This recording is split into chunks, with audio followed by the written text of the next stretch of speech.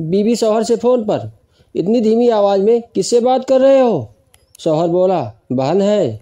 बीबी बोली, तब धीमी आवाज़ में क्यों बात कर रहे हो? शौहर बोला, तेरी है इसलिए।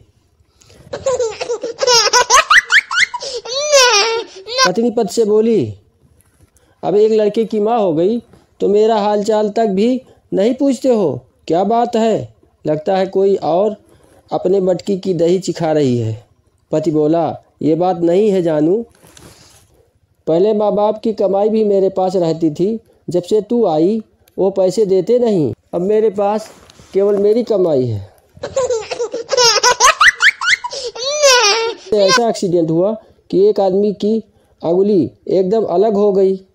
जब वह अस्पताल में पहुंचा था तो बहुत ज़ोर ज़ोर से रो रहा था। डॉक्टर बोला, तुम्हारी किस्मत अच्छी थी कि एक ही अंगुली कटी।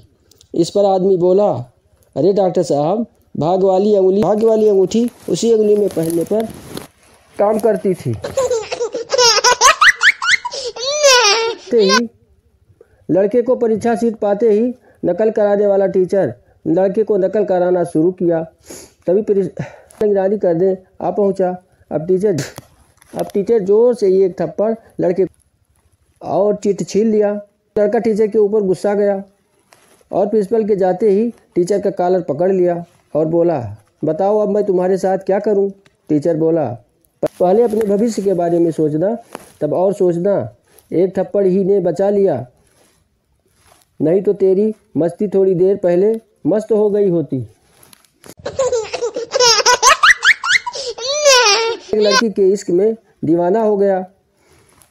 यह देख उसका पिता परेशान हो गया।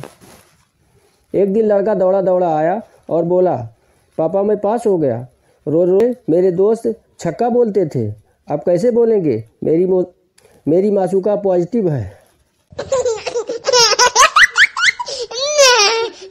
पत्नी को बर्तन की दुकान पर एक छोटा गिलास पसंद आ गया। वह बोली, इसे पैक कर दो।